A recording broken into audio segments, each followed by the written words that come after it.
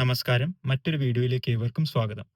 നമ്മുടെ വാഹനത്തിന്റെ ക്ലച്ച് ഒരു കൺസ്യൂമബിൾ ഐറ്റം ആണ്. അതായത് നമ്മുടെ വാഹനം ഓടുന്നതിനനുസരിച്ച് ക്ലച്ചിന്റെ ലൈഫ് സ്പാനും കുറഞ്ഞുകൊണ്ടിരിക്കും.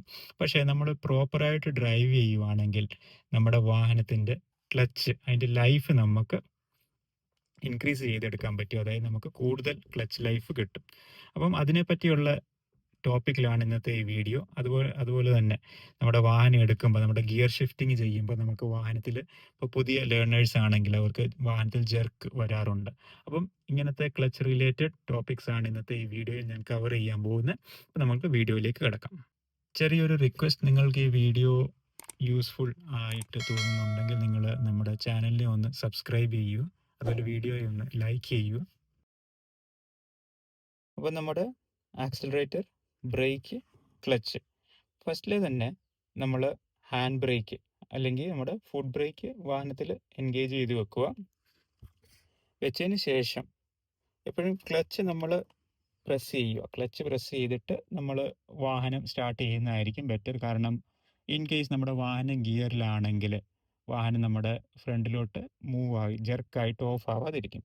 എപ്പോഴും നമ്മൾ ക്ലച്ച് ഡിപ്രസ് ചെയ്തിട്ട് അല്ലെങ്കിൽ പ്രസ് ചെയ്തിട്ട് ഇഗ്നിഷൻ വാഹനത്തിൻ്റെ എൻജിൻ സ്റ്റാർട്ട് ചെയ്യുന്നതാണ് ഒരു ഗുഡ് പ്രാക്ടീസ്.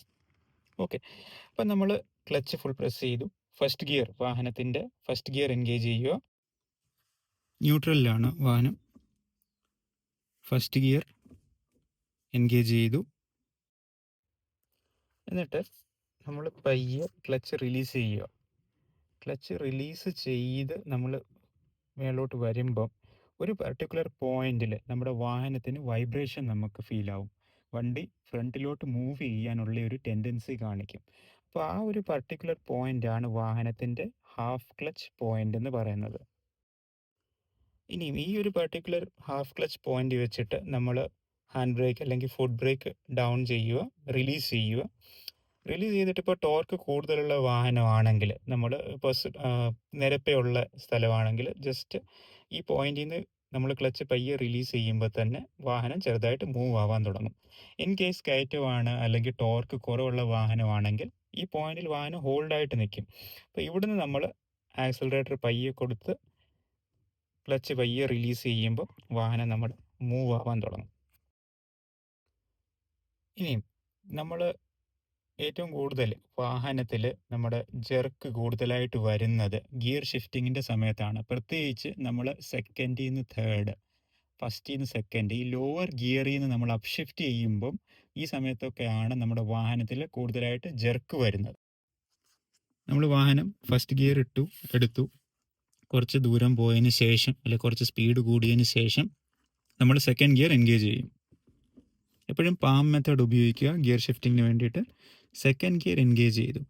ഈ ഒരു പോയിന്റിൽ നിന്ന് നമ്മൾ ക്ലച്ച് വിടുമ്പോഴാണ് കൂടുതലും ന്യൂ ഡ്രൈവേഴ്സിന് അല്ലെങ്കിൽ ന്യൂ ലേണേഴ്സിന് വാഹനത്തിൽ കൂടുതലായിട്ട് ജെർക്ക് ഫീൽ ആകുന്നത്. ഈ ജെർക്കിൻ്റെ മെയിനായിട്ടുള്ള റീസൺ, ഈ വാഹനത്തിലെ ഒരു പുള്ളിങ് അല്ലെങ്കിൽ ആ ജെർക്ക് മെയിനായിട്ട് ഗിയർ ഷിഫ്റ്റിംഗ് ചെയ്യുമ്പോൾ ഫീൽ ആവുന്നതിൻ്റെ മെയിൻ റീസൺ എന്ന് പറഞ്ഞാൽ ഡിഫറൻസ് ഓഫ് സ്പീഡാണ്. നമ്മുടെ എൻജിൻ്റെ സ്പീഡും വാഹനത്തിൻ്റെ സ്പീഡും ഡിഫറെൻ്റ് ആകുമ്പോൾ രണ്ടും രണ്ട് സ്പീഡിലാവും നമ്മളതിനെ കണക്ട് ചെയ്യാൻ നോക്കും ട്രാൻസ്മിഷൻ സിസ്റ്റം വഴി, അതായത് നമ്മൾ ക്ലച്ച് പ്രസ് ചെയ്യുമ്പോൾ. അപ്പോൾ ഈ ഡിഫറൻസ് ഇൻ സ്പീഡ് കാരണമാണ് നമ്മുടെ വാഹനത്തിൽ ആ ഒരു ജെർക്ക് നമുക്ക് അനുഭവപ്പെടുന്നത്. അപ്പോൾ അങ്ങനത്തെ ഒരു ജെർക്കിങ് അവോയ്ഡ് ചെയ്യാൻ വേണ്ടിയിട്ട് നമ്മൾ ഗിയർ ഷിഫ്റ്റിംഗ് ചെയ്യുന്ന സമയത്ത് ക്ലച്ചിനെ സ്ലൈറ്റായിട്ട് നമ്മളൊന്ന് ഹോൾഡ് ചെയ്യുക. അതായത് നമ്മൾ ആക്സിലറേറ്റർ റിലീസ് ചെയ്തതിന് ശേഷം ക്ലച്ച് ഫുള്ളായിട്ട് അമർത്തി ഫുള്ള് ക്ലച്ച് നിങ്ങൾ ഡിപ്രസ് ചെയ്യുക. ഗിയർ ഇപ്പോൾ ഫസ്റ്റ് ആണെങ്കിൽ ഫസ്റ്റിൽ നമ്മൾ സെക്കൻഡ് ഗിയറിലോട്ടാക്കി, എന്നിട്ട് ക്ലച്ച് പയ്യെ റിലീസ് ചെയ്ത് ചെറുതായിട്ടൊന്ന് ഹാഫ് ക്ലച്ച് പോയിന്റിൽ അല്ലെങ്കിൽ ചെറുതായിട്ട് ആ ഒരു മിഡ് വേയിലൊന്ന് ഹോൾഡ് ചെയ്തിട്ട് ആക്സിലറേറ്റർ കൊടുക്കുക, വാഹനത്തിനെ എടുക്കുക. നമ്മളപ്പോൾ ഹോൾഡ് ചെയ്യുമ്പോൾ എന്ത് സംഭവിക്കുന്നതെന്ന് വെച്ചാൽ എൻജിൻ്റെ സ്പീഡും ട്രാൻസ്മിഷൻ സിസ്റ്റത്തിൻ്റെ സ്പീഡും കൂടെ നമുക്ക് മാച്ച് ചെയ്യാനുള്ള ആ ഒരു ഡ്യൂറേഷൻ കിട്ടും. ചെറിയ ഒരു 2 സെക്കൻഡ് അത്രയും മതി. അത്രയും നേരം നമ്മളൊന്ന് ഹോൾഡ് ചെയ്യുമ്പോൾ ഈ രണ്ട് സ്പീഡും കൂടെ മാച്ച് ആയി കഴിഞ്ഞ് നമ്മൾ ആക്സിലറേറ്റർ കൊടുത്ത് വാഹനം എടുക്കുമ്പം വാഹനത്തിൽ നമുക്ക് ആ ഒരു ജെർക്ക് ഫീൽ ആവാതെ നമുക്ക് ഈസി ആയിട്ട് സ്മൂത്തായിട്ട് ഗിയർ അപ്പ് ഷിഫ്റ്റ് പ്രത്യേകിച്ചും ചെയ്ത് എടുക്കാൻ പറ്റും. ഇനി നെക്സ്റ്റ് നമ്മളിപ്പോൾ ഒരു ട്രാഫിക്കിലാണ്, ഓക്കെ, ഒരു സിഗ്നലിലാണ്. ഓക്കെ, അങ്ങനത്തെ ഒരു സാഹചര്യത്തിൽ കൂടുതലും ആൾക്കാർ ഹാഫ് ക്ലച്ച് പോയിന്റിൽ തന്നെ വാഹനത്തിനെ ഹോൾഡ് ചെയ്യും. അതായത് ബ്രേക്ക് എൻഗേജ് ആയിരിക്കും, ബ്രേക്ക് അതിനോടൊപ്പം തന്നെ ക്ലച്ചും ഹാഫ് ക്ലച്ച് പോയിന്റിൽ, അതായത് വാഹനത്തിന് ഒരു മൂവിങ് പോയിന്റിൽ വെച്ചുകൊണ്ടിരിക്കും. അങ്ങനെ വെക്കുമ്പോൾ നമ്മുടെ ക്ലച്ചിന് കൂടുതൽ വിയർ ആൻഡ് ടിയർ സംഭവിക്കും. എത്രമാത്രം ഞാൻ നേരത്തെ വീഡിയോയിൽ പറഞ്ഞ പോലെ ഹാഫ് ക്ലച്ചിനെ നമ്മൾ എത്രയും മിനിമം ഉപയോഗിക്കുമോ അത്രയും നല്ലതായിരിക്കും ക്ലച്ചിൻ്റെ ലൈഫിന് വേണ്ടിയിട്ട്. അപ്പോൾ അങ്ങനത്തെ നമ്മളിപ്പോൾ ഒരു ബ്ലോക്കിലോ മറ്റോ ആണെങ്കിൽ നിങ്ങൾക്ക് ഏറ്റവും ബെസ്റ്റായിട്ട് ചെയ്യാൻ പറ്റുന്നത് എന്താണെന്ന് വെച്ചാൽ, നമ്മൾ ക്ലച്ചിൻ്റെ ഉപയോഗം കുറയ്ക്കുക. അതായത് വാഹനത്തിനെ നമ്മൾ ന്യൂട്രൽ ആക്കിയിട്ട് ഹാൻഡ് ബ്രേക്ക് അല്ലെങ്കിൽ ഫുഡ് ബ്രേക്ക്, ഏറ്റവും ബെസ്റ്റ് നമ്മൾ ഹാൻഡ് ബ്രേക്ക് ഇട്ട് വെക്കുന്നതായിരിക്കും. നമ്മൾ ഹാഫ് ക്ലച്ച് പോയിന്റിൽ ഹോൾഡ് ചെയ്യാതെ വാഹനത്തിനെ ന്യൂട്രൽ ആക്കുക, ഹാൻഡ് ബ്രേക്ക് എൻഗേജ് ചെയ്ത് വെക്കുക. എന്നിട്ട് നമ്മുടെ ഫ്രണ്ടിലെ ബ്ലോക്ക് ക്ലിയർ ആകുമ്പോൾ നമുക്ക് വീണ്ടും ഫസ്റ്റ് ഗിയർ ഇട്ട് ഹാൻഡ് ബ്രേക്ക് റിലീസ് ചെയ്ത് വാഹനത്തിനെ എടുക്കുക.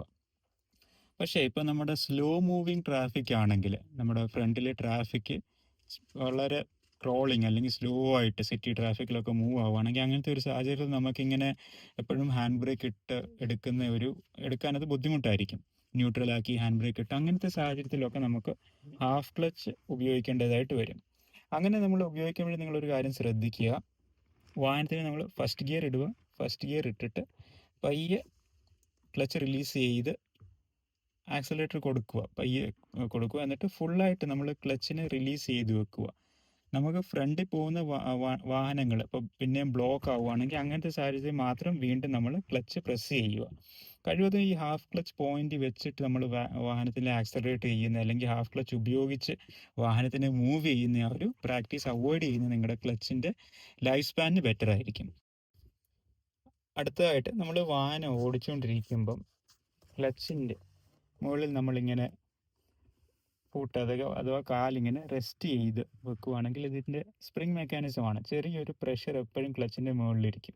അപ്പോൾ നിങ്ങളൊന്ന് ഈ ഫ്ലോറിൽ വെക്കുക, അല്ലെങ്കിൽ ഡെഡ് പെഡൽ ഉണ്ടെങ്കിൽ അതിലൂടെ നമ്മുടെ കാലിനെ നമ്മൾ സൈഡിൽ വെക്കുക. ഇതിൻ്റെ ക്ലച്ച് യൂസ് ചെയ്യേണ്ടപ്പോൾ മാത്രമേ ക്ലച്ചിൻ്റെ മുകളിൽ നമ്മുടെ അഥവാ കാല് റെസ്റ്റ് ചെയ്യാവൂ. പിന്നെ ഈ വീഡിയോയിൽ നമ്മുടെ ഓഡിയോ ക്വാളിറ്റിയെക്കുറിച്ച് വ്യൂവേഴ്സ് പറയാറുണ്ട്. അപ്പം ഞാനതിനെ ഇമ്പ്രൂവ് ചെയ്യാൻ മാക്സിമം എൻ്റെ സൈഡിൽ നിന്ന് ട്രൈ ചെയ്യുന്നുണ്ട്. പിന്നെ നമ്മൾ ഈ വാഹനത്തിൽ ഇരുന്ന് റെക്കോർഡ് ചെയ്യുമ്പോൾ അതിൻ്റെതായിട്ടുള്ള ചെറിയ പ്രശ്നങ്ങളും കൂടെ അതിൽ വരാറുണ്ട്. എന്തായാലും നമ്മളതിനെ ഇമ്പ്രൂവ് ചെയ്യാൻ ശ്രമിക്കുന്നുണ്ട്. അപ്പോൾ എന്തായാലും വീഡിയോയിൽ പറഞ്ഞ കാര്യങ്ങൾ വ്യക്തമായി എന്ന് വിശ്വസിക്കുന്നു. വീഡിയോ ഇഷ്ടപ്പെട്ടെങ്കിൽ ലൈക്ക് ചെയ്യുക, ചാനലിനെ സബ്സ്ക്രൈബ് ചെയ്യുക. നമുക്കിതേപോലത്തെ മറ്റൊരു ഡ്രൈവിംഗ് റിലേറ്റഡ് വീഡിയോയിൽ കാണാം. വീഡിയോ കണ്ടതിന് വളരെയേറെ നന്ദി. നമസ്കാരം.